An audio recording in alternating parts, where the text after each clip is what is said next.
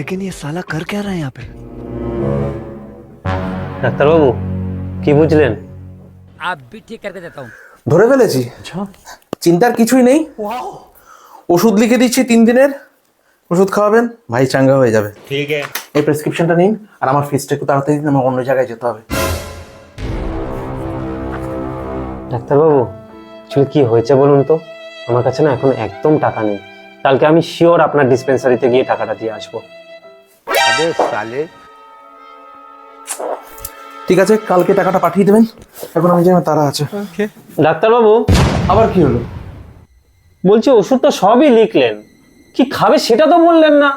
अभी बता दे भाई। শুধু আমার ফিসটা খাবেন না, বাকি পেশেন্ট সবকিছু খেতে পারবে, ঠিক আছে? যাই আমি।